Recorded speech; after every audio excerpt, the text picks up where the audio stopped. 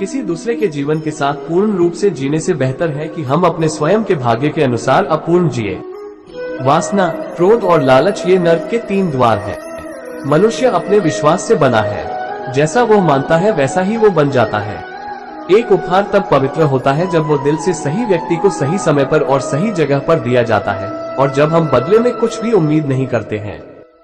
कोई भी व्यक्ति जो अच्छा काम करता है उसका कभी भी बुरा अंत नहीं होगा, चाहे इस काल में हो या आने वाले काल में। परिवर्तन प्रकृति का नियम है। आप एक पल में करोड़पति या कंगाल हो सकते हैं।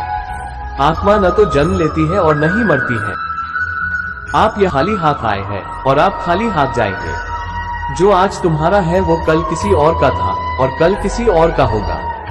जो हुआ अच्छे के लिए हुआ, जो हो रहा है अच्छे के लिए हो रहा है, जो होगा अच्छे के लिए होगा। किसी को भी कर्तव्यों का त्याग नहीं करना चाहिए क्योंकि वो उनमें दोष देखता है। हर क्रिया, हर गतिविधि दोषों से घिरी होती है, जैसे आग धुएं से घिरी होती है। हमेशा दूसरों के कल्याण को ध्यान में रखकर अपना काम करें। इस जीवन में कुछ भी खोया या व्यर्थ नहीं है। हमेशा संदेह करने वाले के लिए न तो इस दुनिया में और न ही कहीं और कोई खुशी है। किसी दूसरे के जीवन के साथ पूर्ण रूप से जीने से बेहतर है कि हम अपने स्वयं के भाग्य के अनुसार अपूर्ण जिए। अगर आपको कोई अच्छा लगता है तो अच्छा वो नहीं, बल्कि अच्छे आप हो, क्योंकि उसमें अच्छाई देखने वाली नजर आपके पास है।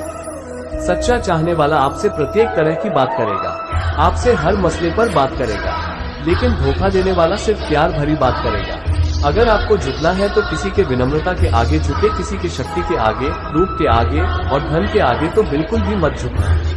हमेशा संदेह करने से खुद का ही नुकसान होता है। संदेह करने वाले व्यक्ति के लिए प्रसन्नता नहीं इस लोक में है और नहीं किसी और लोक में। जिसने मन को जीत लिया है उसने पहले ही परमात्मा को प्राप्त कर लिया है, क्योंकि उसने शांति प्राप्त कर ली है। ऐसे पुरुष के लिए सुख दुख, सर्दी गर्मी एवं मान अपमान एक से है।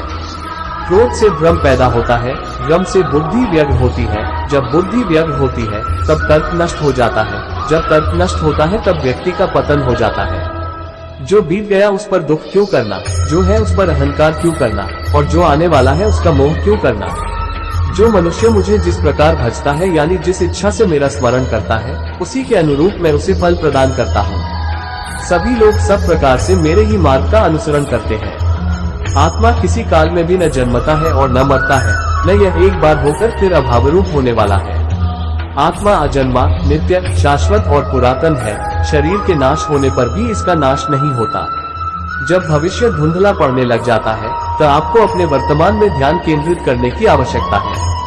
कर्म करो और फल की चिंता मत करो। ज्ञानी व्यक्ति ज्ञान और कर्म को एक रूप में देखता है, वही सही मायने में देखता है।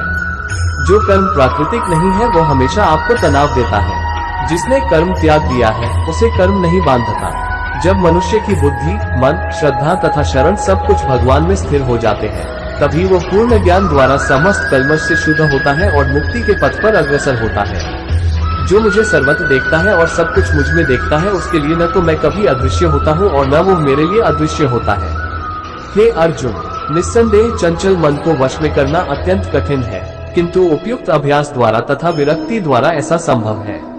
मुझसे श्रेष्ठ कोई सत्य नहीं है। जिस प्रकार मोती धागे में गुंथे रहते हैं, उसी प्रकार सब कुछ मुझ पर ही आश्रित है। मैं जल का स्वाद हूँ, सूर्य तथा चंद्रमा का प्रकाश हूँ, वैदिक मंत्रों में ओंकार हूँ, आकाश में ध्वनि हूँ तथा मनुष्य में सामर्थ्य हूँ।